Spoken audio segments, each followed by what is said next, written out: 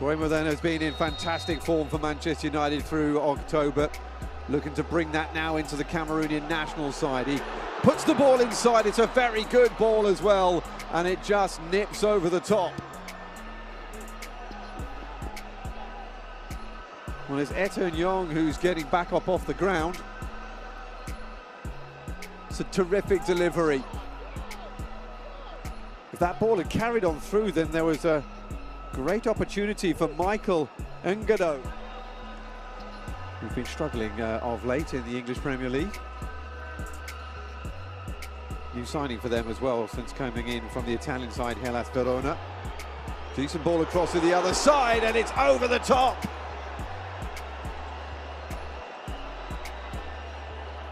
And it's Bongonda who was there.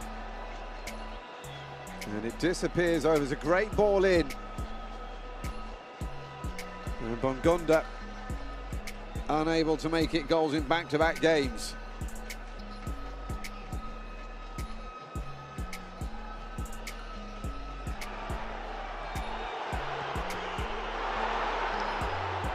He scored in a 4-1 win over Cap Verde when things were going much better for Cameroon at the beginning of the campaign.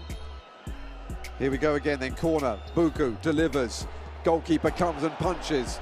And Bongonda tries to get it, as that came off another Cameroon player. And the referee blows for half-time. At the end of a half where it has been quite nitty-gritty, both sides struggling to break down the other. Bryan Mbeumo had the first shot of the game that went straight at the internationally.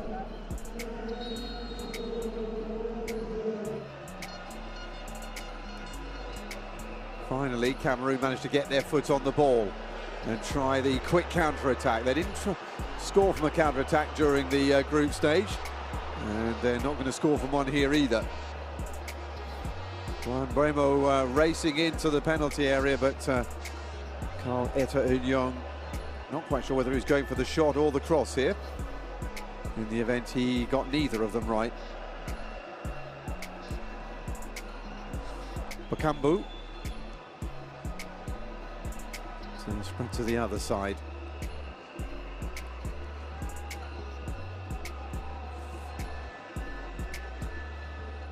It's nicely done by Hongla. And here is Abubakar.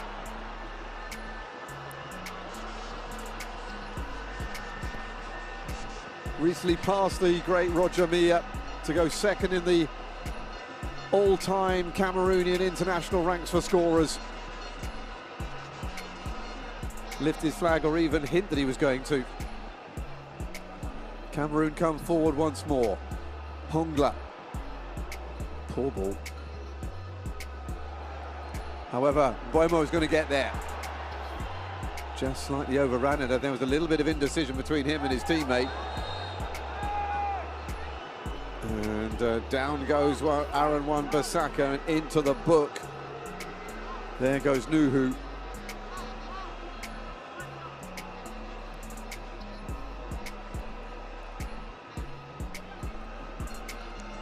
That was wild. Goodness me, that was wild. Be a good time for him to display his wares.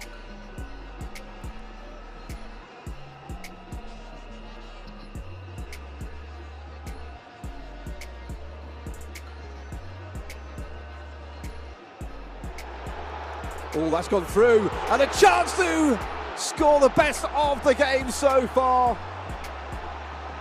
And Onana gets down.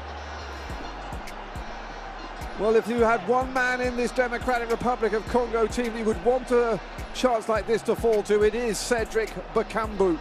But the 34-year-old unable to beat Onana. And he'll get it. Involved on both flanks, and Boubacar leaves the ball behind and is rolling around on the floor. I'm not quite sure why. I think he stood on the ball, maybe he hurt himself when he came off the other side of it. However, Mbeumo comes through, and Mbeumo! Just wide. from the in-form Cameroonian striker.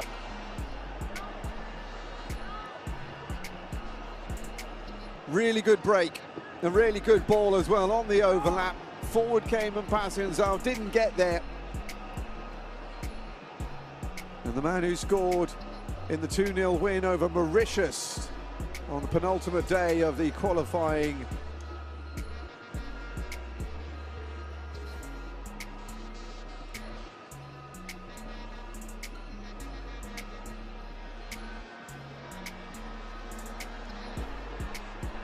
here comes Cameroon, and over the top from the new man on, Bassagog.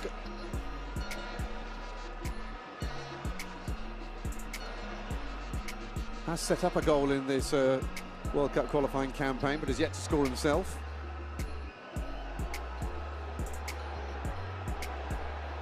End-to-end suddenly, as we head into the last quarter of an hour. Andre Onana brought into action for the first time in a while from the new man who's just come on, Mayele.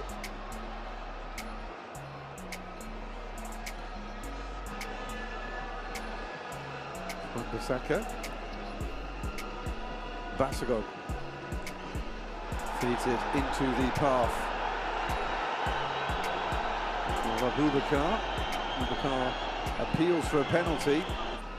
Axel Tuanzebe trying to get things in the middle.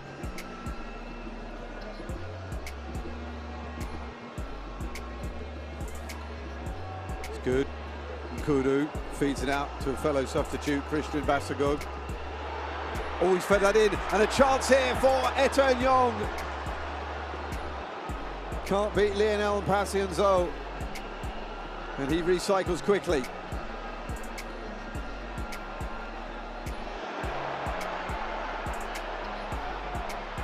Getting more and more desperate, Kudu. Brought down. Taken quickly. Kudu stays down. However, Christian Bassagog continues regardless. Trying to go past Edo Kayembe. Does well.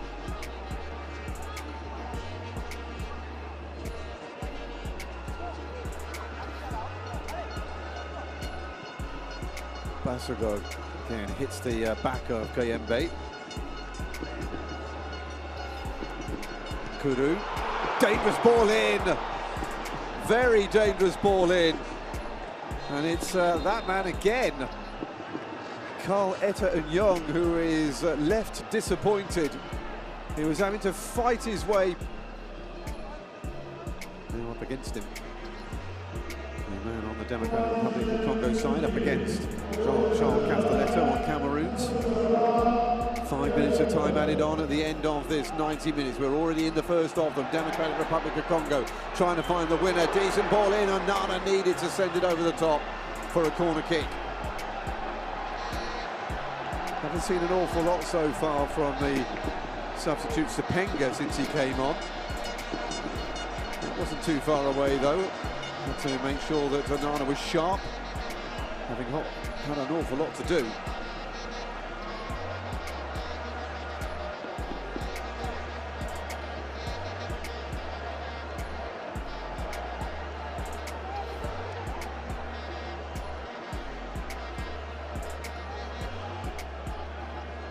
Corner kick will be taken by Sepenga. It's not a bad delivery either, and it's in! And it's the captain, Chancellor Mbemba, who might just have won this for the Democratic Republic of Congo. Looking to make it back to the World Cup for the first time since their debut 50-odd years ago.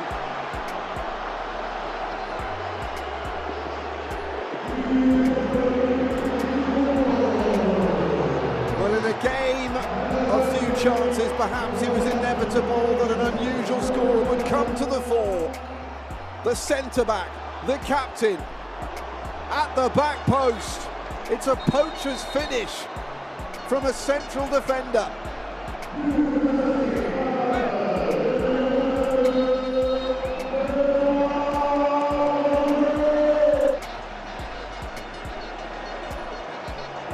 So close.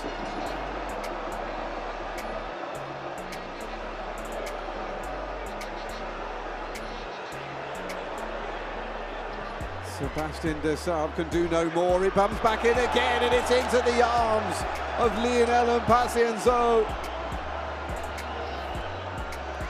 Michael Ngado with a rather tame header. In by Basagog, onto the head of the centre-back, but he could not send it either side of the... Forward by Basagog. Anywhere will do now. And Mboimo's trying to get on the end of this. Chancellor Mbemba, the goal scorer, just whacks it anywhere. Up to 7 minutes of time added on now. And still...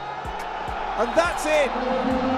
And in an era where Africa could send 10 teams to the World Cup, it is incredible to think that Cameroon will not be one of them.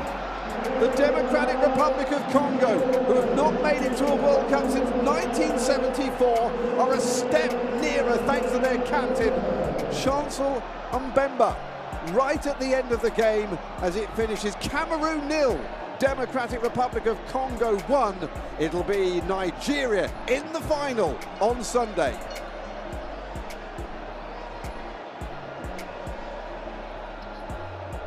The dream is over though for Cameroon.